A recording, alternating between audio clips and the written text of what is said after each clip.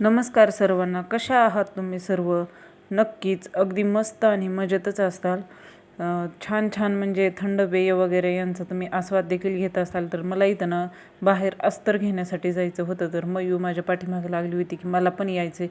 बाहेर तर ऊन एवढं होतं ना, मलाच जायला नको वाटत होतं. साधारणतः म्हणजे 1 ते 2 वाजले होते.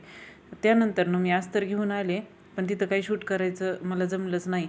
मग त्यानंतर इथं जे मी एक्झाम देणार आहे ना, तर त्यासाठी हे डॉक्युमेंट लिहून अपलोड करायचे होते.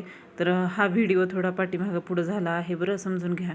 त्यानंतर मी मयूला काय केलं, ट्युशनला वगैरे सोडलं आणि ते काय नसतीच चलते. बॅग मात्र माझ्याकडे वाटतं की ती नाही, आपणच चाललेलं आहे ट्युशनला.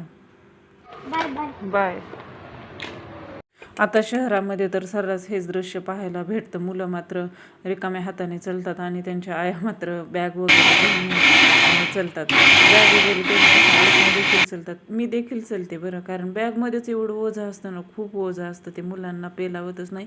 मग वाटतं आपण सोडायला आणि नेण्या आणण्यासाठी जे जातो ना, त्यामध्ये तरी त्यांचं ओझं तेवढं तरी त्यांचं ओझं कमी होईल आणि तेवढा तरी त्यांचा त्रास कमी होईल ना, हो की नाही?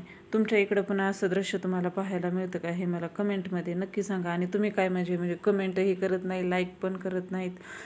करायचं, प्रत्येकाला लाईक वगैरे करायचं. मी तर प्रत्येकाचा व्हिडिओ वगैरे पाहिलं ना लाईक करते. लाईक केलं ना काय होतं, प्रत्येकाला ना प्रोत्साहन मिळत असतं. तर आणि म्हणजे नवीन व्हिडिओ करायला पण म्हणजे छान वाटतं. निदान 15 ते 20 तरी लाईक असली का तर छान वाटतात. हजारावर व्ह्यू गेले तरी पण लाईक 4-5 असले ना, मग काय ते बरं वाटत नाही. इथे माझी खीर वगैरे झाली होती आणि शेंगदाणे देखील मी इथं उन्हाला ठेवले होते. त्यानंतर आमच्या सरांना दुपारी जेवायला दिलं, तर त्यामध्ये मी इथं ताक थंड ठेवलं होतं आणि हे मी मठ्ठ्याचं पावडर आणलेलं आहे बरं. हे थोडंसं टाकलं का ते सेम मठ्ठ्यासारखंच लागतं. तर तेच त्यांना मी इथं देणार होते. दुपारी ताक वगैरे पिलं का छान वाटतं, मग थंड वाटतं पोटाला काहीतरी. ह्या उन्हाळ्याच्या दिवसात त्यांना ताक नक्कीच प्यायला पाहिजे, एक तरी ग्लास. हा आमचा आता दररोजच म्हणजे नित्यनेम ठरलेला आहे. आणि हे मी तुम्हाला काल म्हटलं होतं ना, पुष्टे बसवत ना, एक कांड झालेला आहे. आणि तेच म्हणजे आमच्या सार्थकला ना कात्री लागलेली आहे.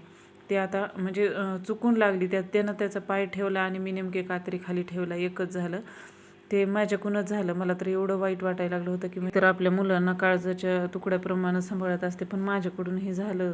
तर चला असो, त्याचं तर मला खूपच वाईट वाटत होतं. तर तेच त्याचं ब्लड वगैरे होतं ना थोडंसं पायावर, तेच मी इथं थंड पाण्यानं पुसून वगैरे घेतो त्याच्या पायाकडं. आणि त्या कात्रीकडं बघितलं ना, मला तर त्या कात्रीचा एवढा राग येतो की हातात सुद्धा घेऊ वाटत नाही.